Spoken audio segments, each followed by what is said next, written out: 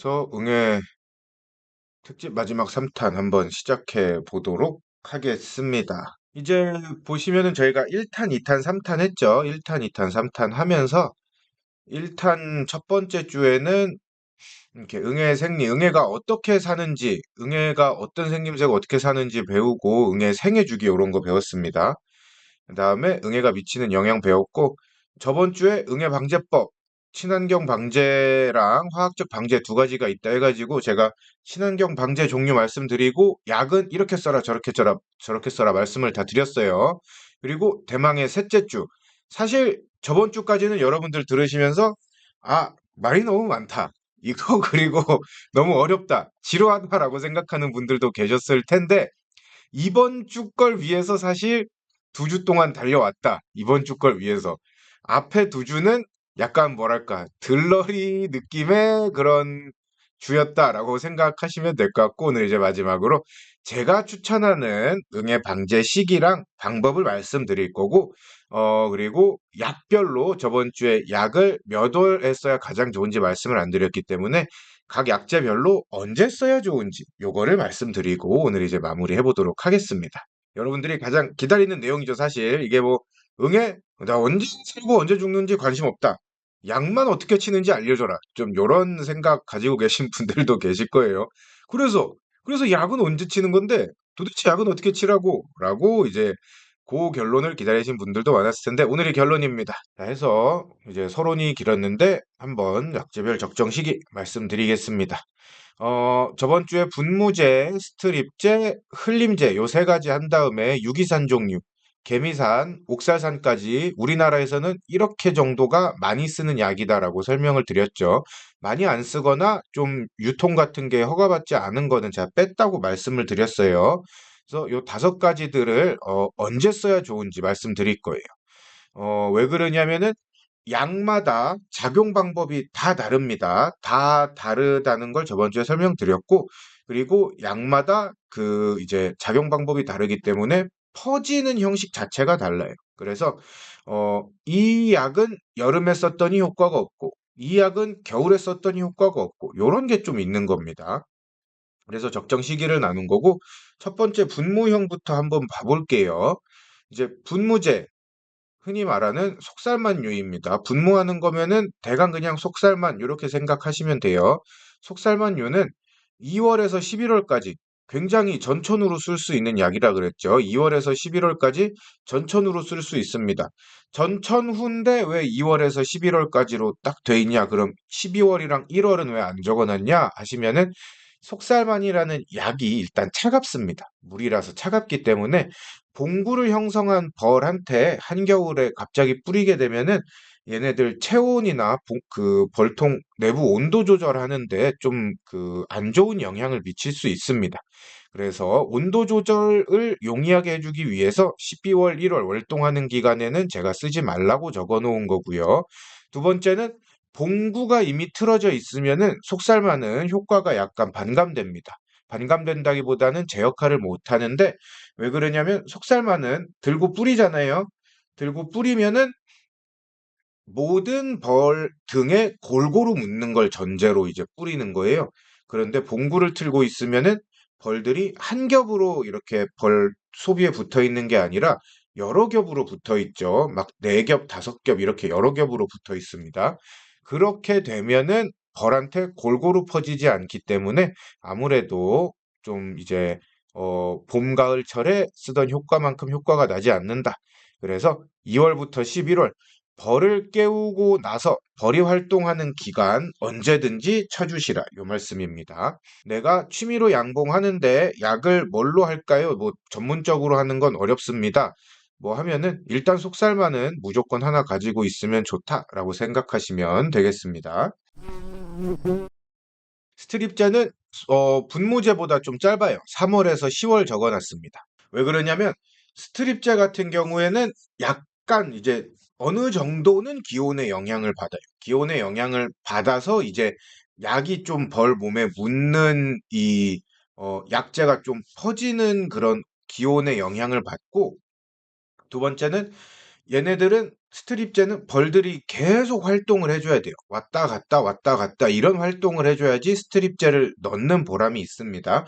만약에 벌들이 활동을 잘 안 하고 가만히 있다면은 한 벌한테만 약이 계속 묻어서 약이 묻은 벌은 중독돼서 죽을 거고요.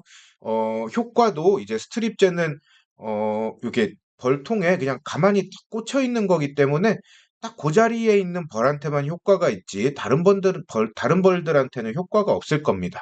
그래서 스트립제는 이렇게 좀 속살만보다도 벌들이 더욱 왕성하게 활동하는 시기에 넣어주시면 좋습니다. 그래서 웬만한 분들이 벌을 깨웠거나 혹은 벌이 알아서 깨는 시기인 3월, 3월에 시작을 하시고요. 3월에 시작하신 다음에는 벌들이 아직까지 산란을 하고 왕성하게 활동하는 10월, 요때까지만 좀 넣어주시면 좋습니다. 11월부터는 벌들이 이제 그 활동하는 양이 좀 줄어들어요.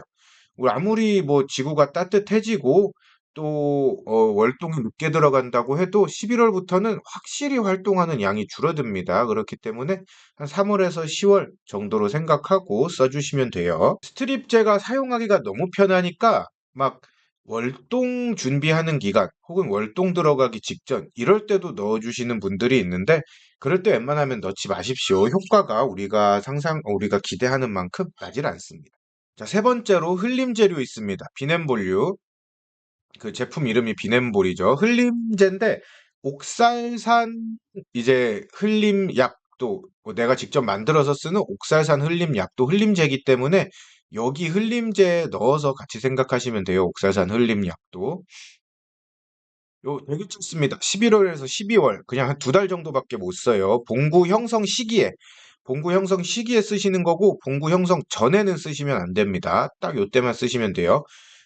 이 흘림제 같은 경우에는 사용하기가 너무너무너무 편하죠. 어떻게 보면은 스트립제보다도 편해요. 그래서 여름이나 가을이나 이때 막 쓰시는 분들도 계시는데 벌이 왕성하게 활동하는 시기랑 벌이 봉구를 뭉치고 가만히 있는 시기랑 비교를 해봤을 때 또 봉개가 있는 시기랑 봉개가 없는 시기랑 비교를 해봤을 때 흘림약은 봉개가 없고 봉구를 형성했을 때 훨씬 응애를 더 많이 죽이는 걸로 어, 결과가 나와 있고요. 봉개가 있거나 움직임이 활발할 때는 이게 약효가 거의 막 40%까지 쫙쫙 내려갑니다.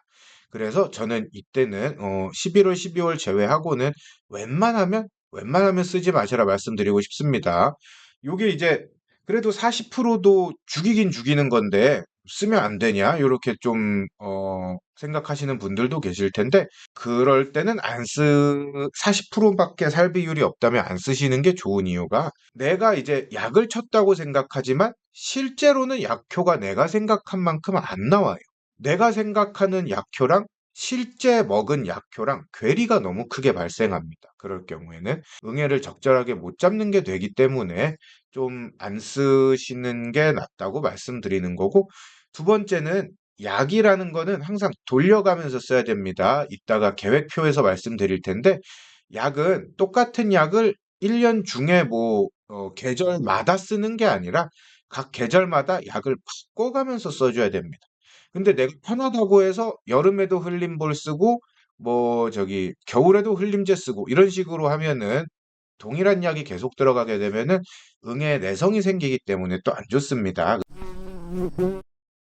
자, 이제 다음으로는 유기산입니다. 유기산 종류 볼 건데 다음 유기산 개미산입니다. 개미산 같은 경우에는 4월에서 9월 요때만 쓰시는 게 좋습니다. 4월에서 9월 요때만 쓰시는 게 좋은데 장마철은 제외해 주세요. 일단 장마철부터 말씀드릴게요.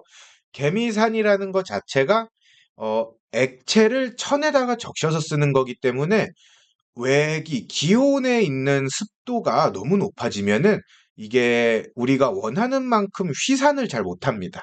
습도가 너무 높아서 개미산을 머금고 있는 천이 기온에 있는 습기까지 계속 이제 쭉쭉 빨아들이거든요. 그렇게 되면은 우리가 원하는 만큼 개미산이 휘산을 하지 못하게 됩니다. 그래서 효과가 약간 반감되는 경향이 있어요. 그런데 우리나라 장마철 보면은 습도가 장난 아닙니다. 거의 막 90%뜰 때도 있죠. 습도 100%뜬 것도 제가 본 적이 있는데 우리나라 장마철은 기본적으로 습도가 80%씩 막 떠 있습니다.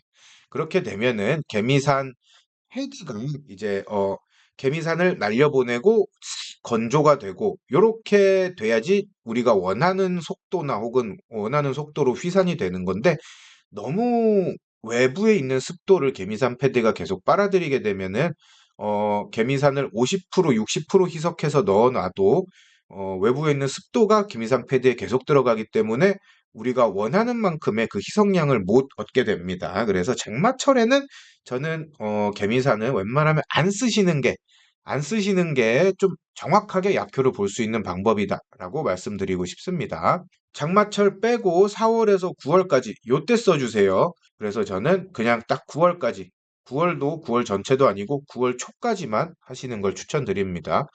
그래서 4월부터 9월까지 요때 기간에만 개미산은 쓰면 된다. 요렇게 좀 외워두세요, 그냥. 자, 다음으로 옥살산입니다. 옥살산 흘림 처리는 아까 흘림제랑 똑같이 하면 된다고 말씀드렸으니까 따로 얘기를 안 할 거고, 옥살산 훈증 처리에 대해서 한번 말씀을 드릴 거예요. 옥살산 훈증 처리는 좀 이렇게 나눠놨습니다. 7월, 8월, 여름이죠. 여름 장마철이나 혹서기 그때 쓰고, 그 다음에 11월, 2월이라고 적어놨습니다. 옥살산 같은 경우에는 이제 봉개가 없어야지 좀 제 역할을 하는 편입니다. 그래서 봉개가 없는 여름 혹서기 혹은 장마철 요때 봉개가 산란이 가장 저조해지는 7월, 8월에 쓰시면은 가장 좋고, 9월, 10월은 빼놨어요. 왜 빼놨냐면은 쓰고 싶으면 쓰셔도 됩니다. 쓰고 싶으면 쓰셔도 되는데 9월, 10월은 산란 받죠. 가을 산란 받아요. 산란 받을 때 굳이 약 쓰시는 분은 크게 없습니다. 산란 받을 때는 약을 쓰는 게 아니라 산란에 집중하고, 약은 산란 받기 전에 혹은 산란을 다 받고 나서 쳐주는 거기 때문에 9월, 10월은 뺐습니다. 그렇게 산란을 다 받고 나면은 이제 월동 준비 기간 11월, 12월 요때 쳐주시면 되는 겁니다. 11월, 12월 그다음에 월동기인 1월, 2월 요때 쳐주시면 되는 거예요. 요렇게 옥살사는 여름 혹서기 7월, 8월 그다음에 겨울 기간 이때 쓸 수 있다라고 알고 계시면 되겠습니다.